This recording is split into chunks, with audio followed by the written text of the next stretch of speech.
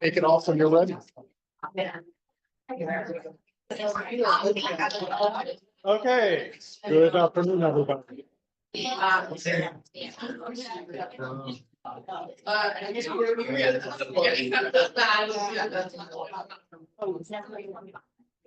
All right, so we are now going to dive into one of the most exciting topics ever for the policies in Evergreen. Again, I'm Galen Charlton, Implementation and IT Manager at Equinox. And what I'm going to be talking about in particular are a couple aspects of Evergreen's hold policy complex, hold protection, and the best hold selection sort order.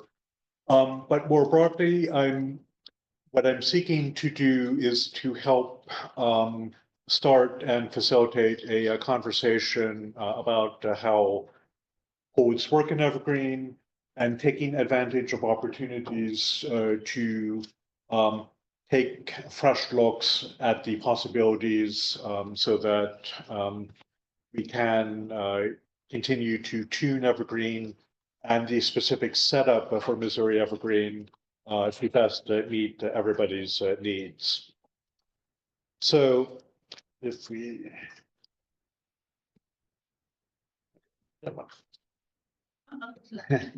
so I will now make the single most obvious statement that everybody will make today. Well, actually, no. Second most obvious statement. The first most obvious is a sincere thank you to all of you for everything that you do. But the second most obvious one is yes, holds are complicated, and by virtue of the fact that Missouri Evergreen is a growing consortium, there is an opportunity with each new library joining on to take that as an opportunity to take a fresh look at things. At minimum, there's going to be at least the small thing of making sure that adjustments for the new library and where they sit in Mala's courier network are set up in Evergreen. But I know that there's currently a slightly broader discussion at the moment having to do with hold protection and holds go home. So again, what I'm hoping to do today is to give you some more information to help guide your discussions, and then work with you all to make any needed tweaks. So like I said, emphasis is this is a discussion. I'm not coming to you with stone tablets with the one true policy configuration, especially since by the nature of how things work, a measurement and analysis step is actually necessary anytime that board policies get significantly changed. And because the name of the game is, it's all a big balancing act. In a resource sharing consortium, there are many constituencies. There are many possible ways that you can optimize a hold fulfillment, and you have to pick and choose. So some of the considerations are the speed of fulfillment. Generally speaking, the faster you can get a book or a book-like object into a patron's hands, better. But that's not the only concern. There's also concerns about the legibility of the host process. Can you explain to a patron, or can a patron easily understand why they can or cannot request an item, and how long it will take before they have it. And in general, people want predictability. There's also, of course, various concepts of fairness, to balance, including from the patron's point of view, often an implicit notion of you're joining a queue of people for a particular title, and you expect first come, first serve. But what can be easy for a single location library is much harder for a consortium like yours that has nearly 200 service outlets. Another bigger factor, of course, is cost. Courier van drivers like to eat. Their managers like to be paid. And physical materials inherently have a concrete cost to move them around. And of course, the money is coming from various pots who have their own senses of preferences about how the money gets used. And a baseline that almost all libraries are local in the sense of they have a local constituency who they serve first, and often, or most of the time, a core local a source of base funding. Now, to focus on one of the things that's a basis for how Evergreen treats it, one of the core foundational principles of Evergreen is that courier vans are famously illiterate. And what I mean by this is that the more time that an item is sitting in transit, the less time that it's available to actually be read or otherwise consumed by a patron. So a lot of Evergreen's foundational or beginning assumptions, as reflected by the traditional best hold sort selection order, more on that in a moment, exist because of the core assumption that reducing transit time and the amount of time that an item is spent in transit can overall help the system in terms of getting materials into patron hands as quickly and for as long as possible. And there are ultimately no easy answers to this, in a sense of, Equinox is not sending out a press release today that we've developed magical book transporter technology or even book cannons to do point-to-point shipping of materials. So all of this is rooted, in the physical world of moving materials about. And as all of you well know, the likes of Overdrive and Hoopla can help ameliorate delivery times, at least for the patrons who have the devices to read e-content, but they do not solve them completely unless you're the mythical library who has $1 billion annual budget. And even then, I'm not quite sure that would keep up with the Hoopla, with potential Hoopla demand. So I said I would do an explanation of some of the core concepts, and hopefully this will give you some new information. So transition slide, a digression into the land of the hippos. I'm now about to explain what I'm talking about there. So bear with me as I switch over to another deck. I don't know if you just might have seen some of this up here too. So twice is great. Yeah. So there's actually been a string of presentations that some of my colleagues have done over the years. So why are we talking about about hippos in the first place? So if any of you have seen the game Hungry Hungry Hippos, you have a board, plastic hippos that are all trying to grab metal balls and so on. that reflects a piece of Evergreen's whole fulfillment algorithm, where you have a bunch of libraries, in effect, grabbing the closest book in order to fill a hold request. That was the initial metaphor. That metaphor has since grown over a string of presentations, over the years, and now we're up to space hippos. Space hippos because holds are complicated. Maybe not quite as complicated as rocket science, but complicated nonetheless. So the whole presentation of its latest iteration is about 90 slides. I'm not Mr. Motormouth. I'm not even going to try to go through 90 slides in the space of half an hour. So what I'm presenting is a shortened version, just focusing on some of the core concepts that are the matter of current discussion within Missouri Evergreen.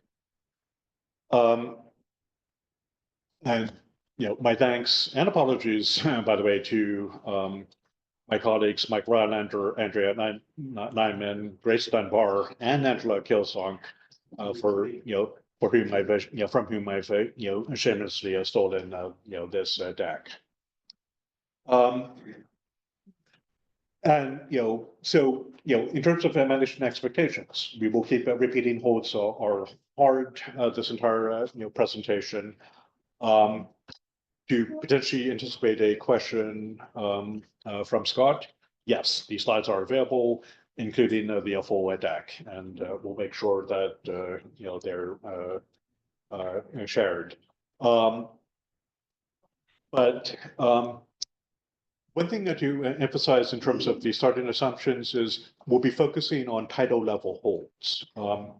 And in general, focusing on title level holds or meta record title holds is our recommendation for general practice in a consortium.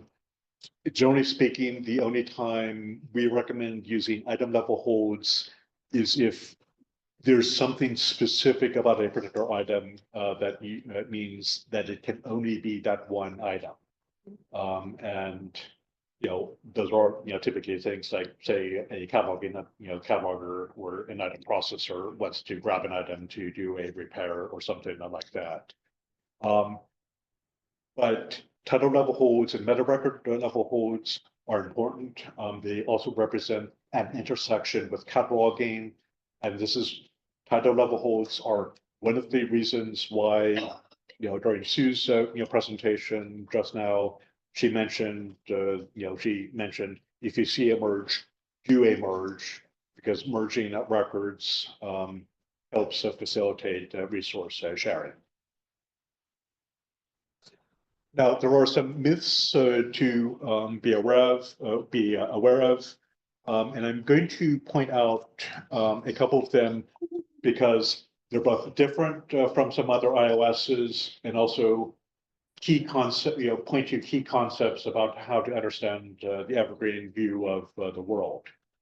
The first myth, and this is, to be clear, a controversial one, even among many longstanding Evergreen users, is the hold queue position is real. And first in, first out, while it is a mode that Evergreen supports, is not necessarily the best option in the case of a statewide resource sharing consortium, because strict FIFO, particularly if it were applied to the entire consortium, will mean that popular items will spend a lot of time in transit bans if you're trying to fill the holes in literally the order in which they were placed.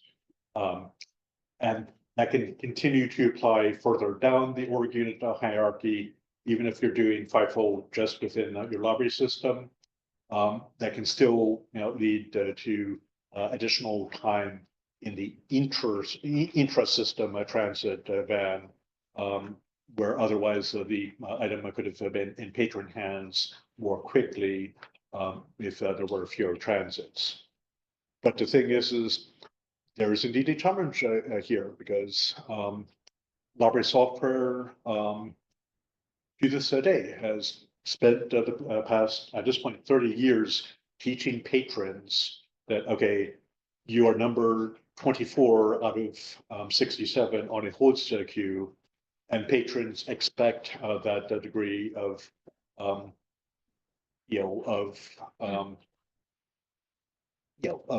that kind of a processing because it's both legible to them.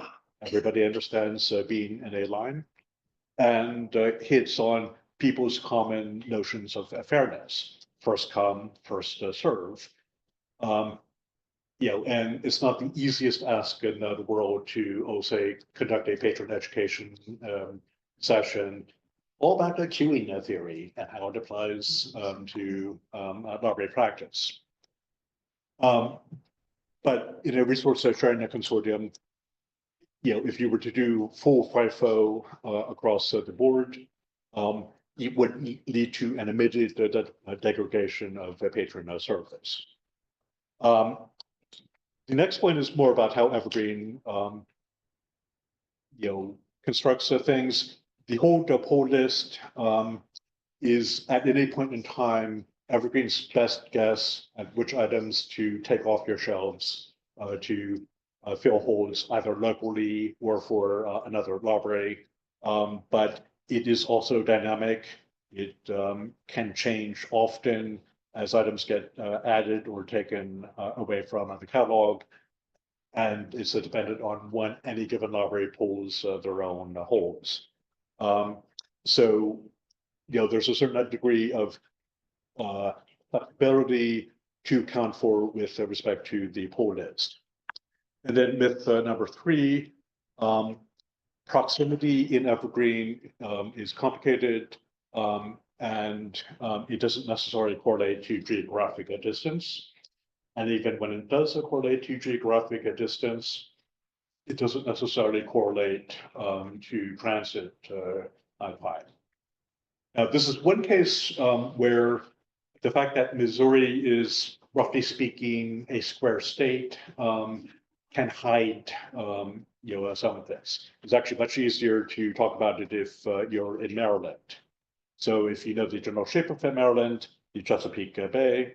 If you're on the east side of the bay, that means that Baltimore is just a hop, skip, and a jump away, right? We don't have book cannons. You're not throwing the books over the Chesapeake Bay to get them across the state. So, so of course, you don't have that sort of geography in Missouri, but what you do have with Amana is a courier service that does have a hub and spoke model where, if you're in a particular area and your neighboring library is in a different zone for, I believe, the current actual physical couriers at Henry. If libraries that are geographically adjoining are served by different courier hubs, it can take longer to go between them unless they make an independent arrangement to have a van in between the two libraries. And this reflects, the whole proximity adjustments that I'll be talking about a little later. But the upshot is the relative closeness of libraries to each other, or the amount of time or the amount of cost it takes to move materials between them can be complicated. And while Evergreen can model that sort of complexity, it can take us some doing to figure out the best way to weight things. So with these myths underway, let's go talk about some definitions. Now, I'm not actually going to go through them, except to mention that Evergreen's notion of proximity as reflected in the org tree is representative of, in fact, political arrangements or organizational arrangements that do not necessarily reflect geography. So here is kind of the canonical org tree, in the Evergreen default test data set. So a consortium that has two systems, sys1 and sys2, each of which has two branches, and branch 2 has two special sub locations. So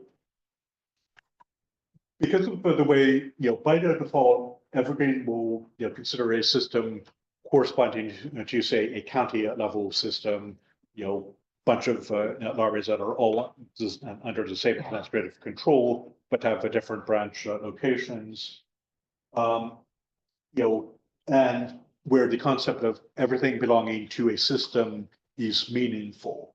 And so Evergreen, when it fills a hold, will make the reasonable assumption that everything within a system will tend to transit the most quickly.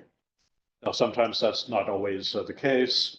A county system could have a very remote branch that gets transited to only once a week or something like that.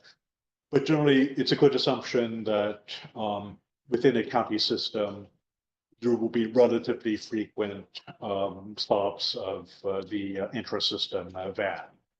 Now, of course, I'm sure some of you may say, but no, our particular arrangement is more complicated, and that's fine. That is actually something that Evergreen can deal with. But then, if you're talking about interloper between systems, Evergreen by default will act as if for all these systems, and in your case, it's many more than just two, that it will take roughly the same amount of time to go between systems, because Evergreen's core notion of proximity is bipolar.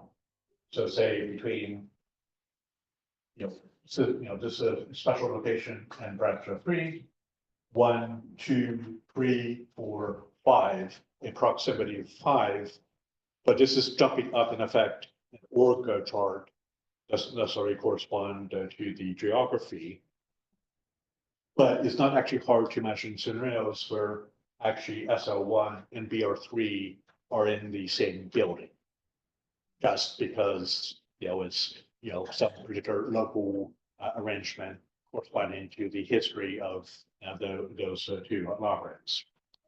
And it doesn't account for the fact that sys1 and sys2 might say, I'll be in St. Louis County, and sys3 is all the way to on the other side of the state. So organizational proximity, hang on to it, because later on we'll be taking this and adjusting it beyond all recognition. Hold data types, including this slide mostly because we're focusing on title level holds and meta record holds. Now, meta records are what you get when in the Evergreen system you're doing the group work and additions option, and it lets you do things like say, case holds where you don't care about whether you get a particular printed versions, or you may not literally care if you get a large print or a regular print or an e-audio, depending on exactly how you've chosen to group works together. There's a big thing to be aware of for people who are using Aspen, which is at the moment, Aspen doesn't know what an Evergreen meta record is because the way Aspen groups works has some irreconcilable differences between the way Evergreen does it. But the point, title level holds are best in Evergreen with respect to what you want your patrons to do, because it gives the most opportunity for an item to turn up that can fill a hold. All right, so hold states mostly doesn't matter for this presentation beyond pointing out you do want to check the hopeless holds interface periodically. Now we're getting into some of the core things I want to focus on for this presentation. So the best hold selection sort order is a set of options in Evergreen that specify how you want holds, how you want given an item to choose which hold that it fills. So Evergreen, this subsystem in Evergreen was added rather, in the past 7 years. It used to be that Evergreen only, knew traditional. And traditional is the one where we're focusing on reducing transits as much as possible. So, going through some of the workflow implications. And yes, I promised that this would be the most exciting presentation. So thank you all for your patience. But so one of the things that happens when you first place a hold is Evergreen asks the question: is there any item attached, in the scope of the hold? Typically any item attached to the title that could fill the hold.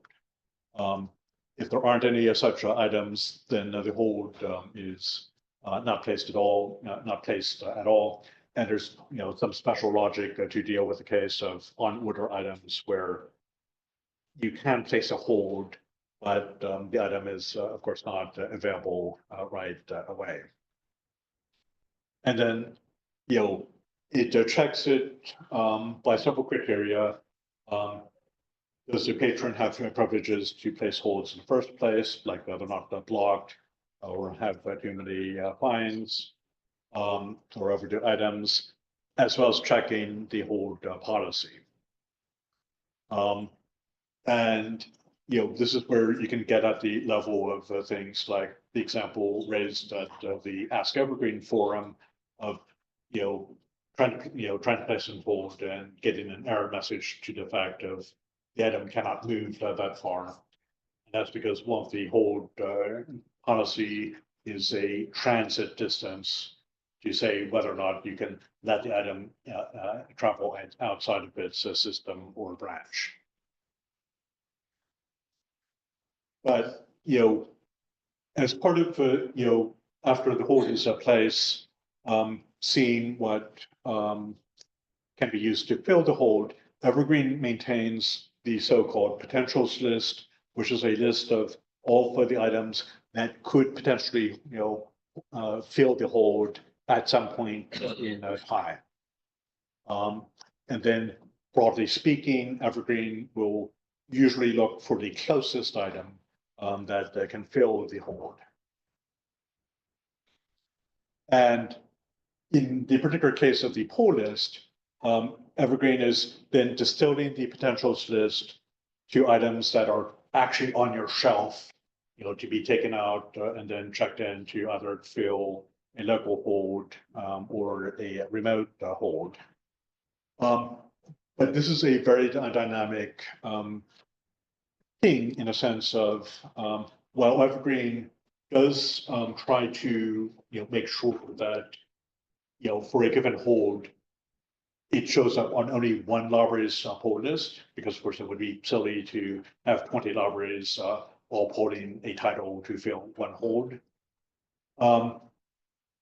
If the reality is that there's always the potential that if an item happens to be checked in because it was returned by a patron and it could fill that hold, and in that case, that item might be closed in now first.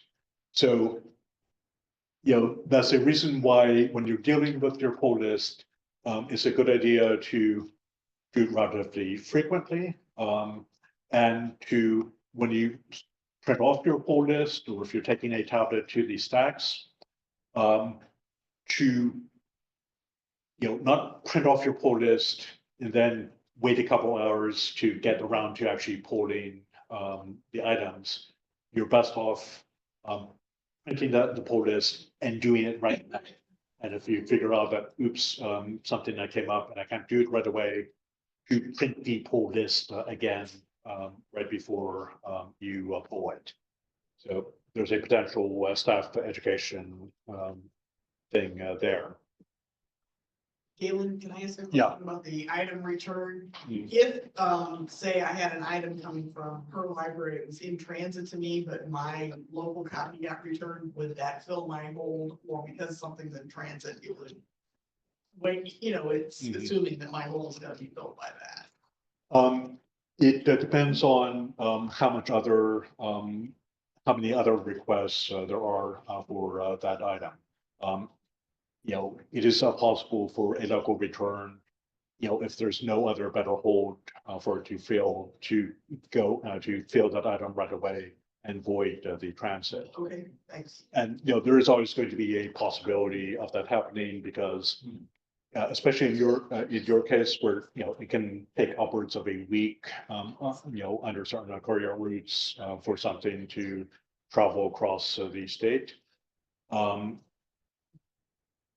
Evergreen can come up with a result that says there's no reason to make a patron wait if the item that just got returned could fail it. So there will always be hopefully a low baseline of wasted transits, but this is actually a case where you don't necessarily want zero wasted transits because you're making a patron wait just for the item on the event.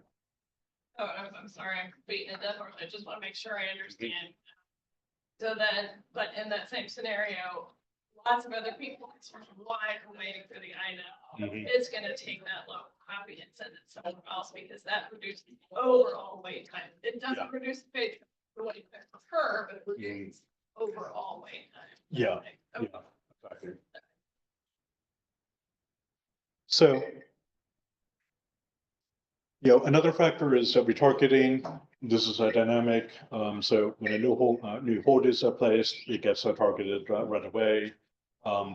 If there's a case where something gets checked in and it overrides another hold's current target, or it can manually target holds. But the upshot is, keep in mind, this is all dynamic. And then, there's a question about capture, and capture is at the point where the best hold section sort order really comes into play. So one of the, the notion is, all capture is opportunistic. Evergreen does check every time. And if we ignore some of this for the moment, focusing on the best hold, a selection order. Traditional is the one that's aimed at reducing transits. So it's looking to see what's if there are any holes it can fill locally, and if there aren't, it will use it will look for the hold that's closest. And this is where the notion of org unit proximity adjustments come into play, because you can use that mechanism to say, even though these two systems are at the same distance from each other, if you're copying nodes on the org tree, that node, you use the adjustments to say that between these pair of libraries, they're actually served by the same courier hub, and consequently, you should prefer to transit items between those two libraries and avoid transits that jump from courier hubs to avoid wasting time. Now, of course, it's not an absolute thing, because if the only way to fill a hold is to cross courier hubs, Evergreen will do it. But at the point in time that is, picking which hold for an item to fill, it will optimize for the least adjusted distance.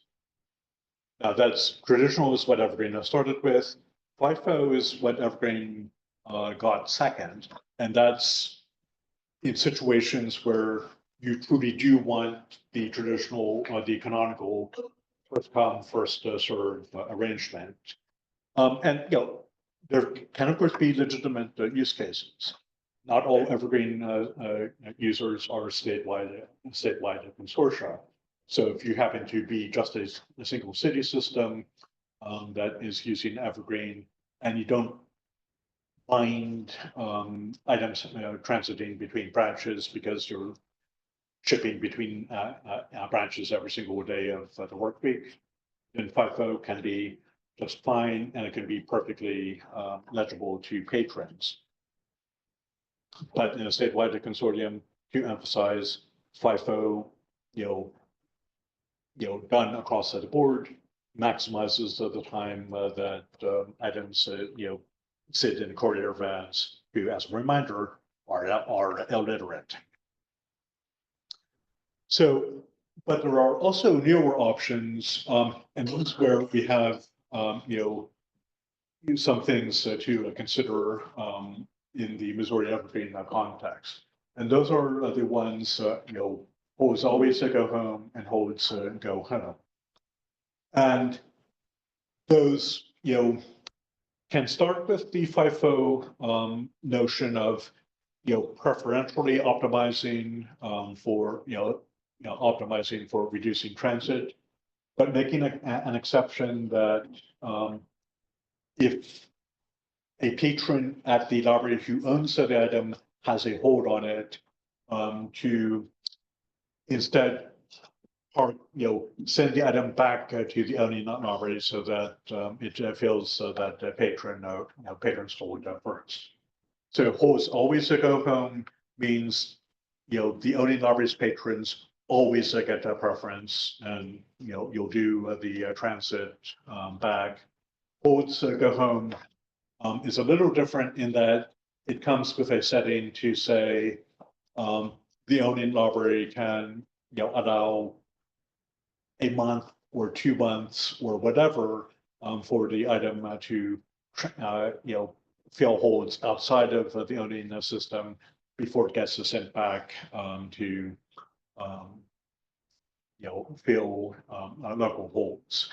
So holds go home is an option to do some splitting of the difference. In the sense of preferring to fill the library's holds first, but to not but to take at least some advantages of opportunistic capture to fill a remote hold, and when it gets returned, fill another remote hold, with the idea of reducing transit time. And then there's another variation, traditional with the holds chased home patrons. And that's a variation where it doesn't matter in the context of a system where the patron picks up a hold. I must admit, I can never talk about this option without having the mental image of the books literally chasing patrons. But which will be good for them, it's fine. Let them chase them. So the difference between hold to chase home and hold to go home is pretty subtle, but it's pickup library versus, patron registered library versus the library where they're actually going to pick up the hold in case those two things differ. Right, because you can certainly imagine countywide systems in areas where the libraries are geographically dense, where a patron might literally have 3 branches of the same library close by, and they don't actually have a strong preference about exactly where they pick it up as one possibility. Or if if you don't mind intra system transits because they're fast within that particular system. So the way of setting this up is complicated, and the margins of this meeting time clock are not big enough to include it.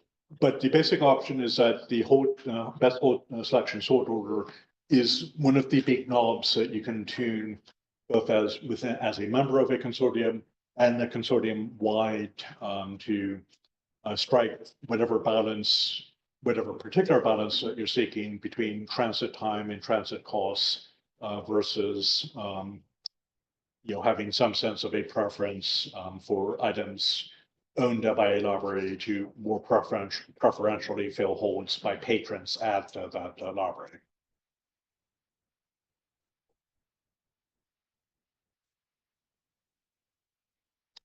So, yeah, so I've gone through, best hold, sort of selection order in, record time. And by the way, it is more than okay if you haven't, fully absorbed this. This is complicated, and this is why, more than many other presentations, it will be very useful for you to look at these slides. But the other thing I'm going to look at, and give me a moment to locate the slide.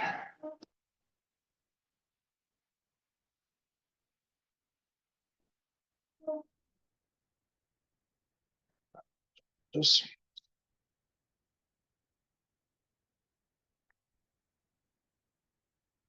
Would this be a good opportunity to talk about the executive board is kind of having these discussions, or is the circulation committee having these? Yeah, it's started circulation committee. So they're having these discussions. I know everybody's questioning, well, what's my library study? What is it? She could tell it. Thank you, Rhonda. So, but the point here is, if we put every 80-member library consortium puts in a health ticket saying, I want all my holds to come home every day, have that setting, a universal setting. We really have to think about the consequences of that.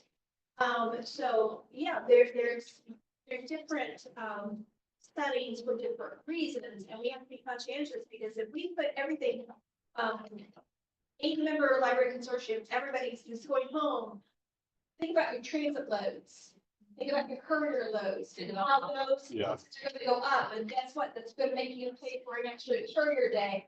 Those kind of things that we need to be aware of. So just know that as the circulation committee is diving into this, We're looking at everything. looking at everything. Yeah. So I know that, I don't know if it'll be a consortium wide decision. I don't know. But just know that if you want to be involved, go to circulation committee meetings. There's your voice. Or talk to me. So jumping over to age protection. So age protection is a mechanism that got added to Evergreen to deal with concerns that many libraries have about what happens to hyper popular titles the instant that they become available. Because there are often fears, sometimes they're founded, sometimes they're not, that all of the latest John Grisham will flee off the libraries and go to the library system that has the most patrons. So age of production is a mechanism that says, for a given item, you can tag it and say that for an amount of time, it can't transit more than distance X. So it's a way of saying that, okay, a given new item can only stay at its branch, or it can only stay at its library system. And then after the time has passed, after the item has become active, it will be allowed to transit further. Now, this slide is counts of items that have age protection applied. And so, you see there's 1 month, 3 months, and 6 months with staying within the system or staying within the branch. One of the key things I want to point out, age holder protection is not actually a hugely used mechanism within Missouri Evergreen compared to the potential total number of items that a patron can place forward their requests on. Now, that doesn't mean it's not important as a tool, but there's an argument to be made that the best hold selection sort order is a bigger lever than age hold protection. But age protection is a mechanism where I think it also can matter very much about what you're measuring and potentially doing some experimentation. And that actually takes me to the closing 5 minutes of this presentation, where I'm going to talk about what we have done in the past, both at the Missouri Evergreen Circulation Committee level and some help Equinoxes have provided, and where I think that we can go in the future. So in 2020, I think we worked with the CERC committee to add the Oregon proximity adjustments so that they would reflect the courier routes and, discourage Evergreen from sending items, over longer courier routes than were necessary. It's been 4 years at this point. It's probably time to consider doing some measurements and analysis and seeing if the weighting needs to be tuned. But best hold selection sort order also falls into the same category. Most of Missouri Evergreen uses traditional. 5 systems have FIFO within their system. 5 systems have traditional withholds always go home. So there's already, there's of course some difference of opinion already. But this is where I think we get to the crux of the matter and of this presentation, which is, we can't optimize for everything. We don't have infinite money. We don't have the book cannons. So, and also, we can anticipate possibly fairly significant changes to the budgetary situation, especially for courier service. So, there's a discussion to be had about what you need to prioritize with how you want Evergreen to fill holds. Also dealing with specific problems. Like I heard that there may be a workaround workflow around creating dummy BIP records to to deal with the cases where some libraries have age protection on their items and some do not. I'm not completely sure about the details, but that represents a potential rough edge that maybe Evergreen can help do better. But then once we know what you want to optimize, we actually need to measure. This is not remotely something where for a consortium of your size, gut feelings will be enough to figure out the best course of action. Evergreen has a wealth of data about hold fulfillment and transits for the entire history of Missouri Evergreen. So we have the data with which to do some analysis and figure out ways to reduce transit costs and help to get materials in your patron hands quickly. But emphasis, I'm not coming to you with a big bunch of answers at the moment. I'm hoping that I have at least succeeded in giving you some more information to consider in your discussions. So I think we have time for maybe one question. Bravo for you. It's about the measurement. Yeah. And it's that value free almost maybe. I was thinking when you talk about measuring, are you looking at average transit times between libraries, and are you looking at over? So when you're talking about like proximity, like how do we determine who is close to each other? Are you just taking like how long it usually takes for items to go from one library to another library, then prioritizing those routes? I'm a little curious about the sort of overall method. Yeah, so in fact, average and the standard deviation of the transit time between libraries is one of the key things we looked at. Now, the current arrangement for Missouri Evergreen is more policy based in terms of modeling the courier stops. there's a different consortium we've worked with where the weights reflect actual observed transit at times. And did actually try both approaches with the Missouri Evergreen. But there's also other considerations around not just transit time, but fulfillment in the sense of which libraries are better at actually putting items and putting them in transit. You know, How many days do you have transit? yeah, and how many days you have a transit. And also, potentially the degree to which libraries are, playing by the rules. So, average transit time is super important, but there are also other metrics we could apply. So I don't know anything about the other states.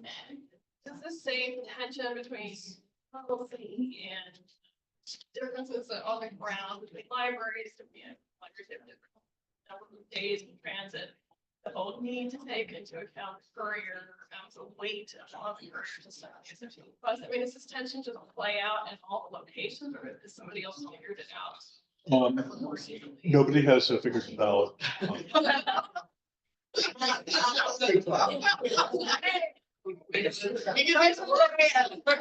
Yes, I will say that y'all are actually lucky in the sense of you have consistent year-round courier service. Pennsylvania, a lot of the library, transits run on courier services that are operated by school districts. School districts, of course, it's changed over the years, do not operate their courier vans year-round for obvious reasons. So, Pennsylvania can get lumpiness because it changes. So, thank you very much for your time and attention. Thank you for bringing from the fire. That was a lot of information, but I think it's given us all a really nice baseline. Yeah. So we can really start talking about it and beginning to understand some of the intended and unintended. Figure it out. Yeah. So thank you. Go get snacks. We have fresh snacks. Yeah.